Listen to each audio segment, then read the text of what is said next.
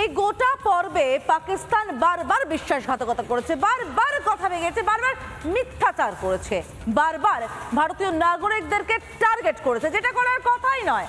মুখে পাকিস্তান একরকম বলেছে, কাজে আরেক রকম করেছে।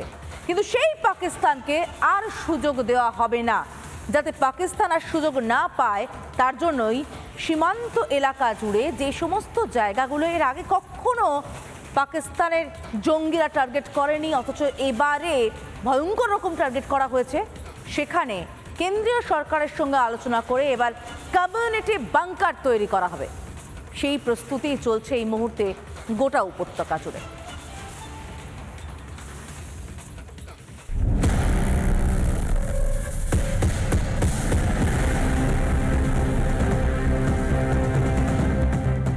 চরদের কাজে লাগিয়ে এলাকায় রেকি করে চলতো খুন।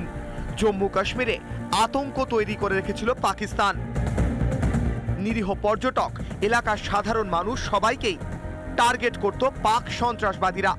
অপারেশন সিঁদুর দেখিয়ে দিয়েছে প্রত্যাঘাত কাকে বলে, তাই তো এবার জম্মু কাশ্মীরের বাসিন্দারা তৈরি হচ্ছে লড়াইয়ের জন্য।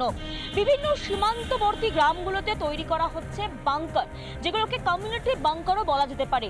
হেভি শেলিং বা মোর্টারের সময় তারা সেই কমিউনিটি বাংকারগুলোতে আশ্রয় নিতে পারবেন এবং সেখানে হেভি শেলিং থেকে নিজেদের নিরাপদে নিজেদের এবং নিজেদের পরিবারকে রাখতে সেই জায়গায় তারা আশ্রয় নিতে পারবেন। তো हम बॉर्डरवासी हैं, इसीलिए जो हिंदुस्तान में होगा वो सबसे पहले इफेक्टेड तो हमारे एरियाज होते हैं, तो हम लोग उसके लिए अपने आप को प्रिपेयर कर रहे हैं कि अगर कुछ भी होता है we are ready for that.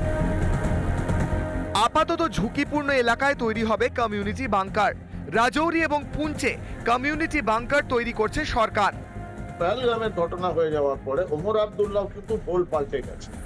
তার অনেক কারণ রয়েছে। রাজ্য সরকার ইন্টিগ্রেটেড ওয়েতে কেন্দ্রীয় সরকারের সঙ্গে কাজ করছে এবং এটা একটা ভালো লক্ষণ। দেরিতে শুরু হলেও যে হয়েছে, এটা রাষ্ট্রীয় সুরক্ষার জন্য অত্যন্ত সদর্থক পদক্ষেপ। পুঞ্চ, রাজৌরির মতো যে সমস্ত এলওসি সংলগ্ন এলাকা রয়েছে সেখানে বাড়তি নজরদারি কিন্তু চালাবে কেন্দ্রীয় সরকার এবং সেখানে যাতে প্রতিরক্ষামূলক বন্দোবস্ত করা হয় সেদিকেও বাড়তি গুরুত্ব দেওয়া হবে বলেই সূত্রের খবর। ভবিষ্যতে যদি কখনো সংঘর্ষ হয় তখন শক্তিশালী এই আশ্রয় কেন্দ্রগুলি বাসিন্দাদের তাৎক্ষণিক নিরাপত্তা দেবে। তবে একবার ভারতের প্রত্যাঘাতের চেহারা দেখে আবারও যদি পাকিস্তান সংঘর্ষ চায় তাহলে ফের বিপদে পড়বে পাকিস্তান। রিপাবলিক বাংলা।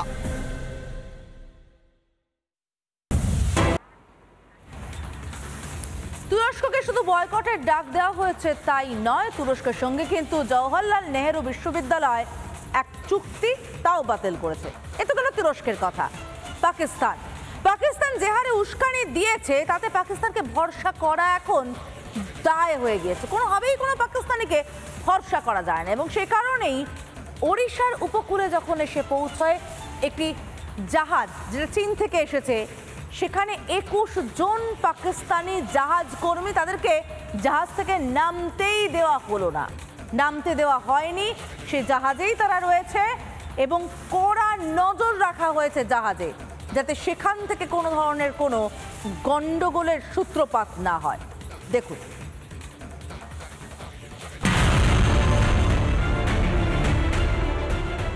পেহেলগাঁও হামলার পর থেকে ইসলামাবাদের বিরুদ্ধে কড়া দিল্লি। সিন্ধু জল চুক্তি স্থগিত থেকে শুরু করে ভিসা বন্ধ। একদিকে একের পর এক কূটনৈতিক পদক্ষেপ, অন্যদিকে অপারেশন সিঁদুর। ফরাসি চাপে চিড়ে চ্যাপ্টা পাকিস্তান। এই প্রেক্ষাপটে এদিন ওড়িশার পারাদীপ বন্দরে চাঞ্চল্য। 21 জন পাকিস্তানি ক্রু সদস্য সহ একটি বাণিজ্যিক জাহাজ বন্দরে আসে। মোট 25 জন ক্রু সদস্যের মধ্যে 21 জনই পাকিস্তানি। বিষয়টি নজরে আসতেই মেরিন পুলিশ, সিআইএসএফ, কাস্টম এবং বন্দর কর্তৃপক্ষকে সতর্ক করে পারাদীপ ইমিগ্রেশন বিভাগ।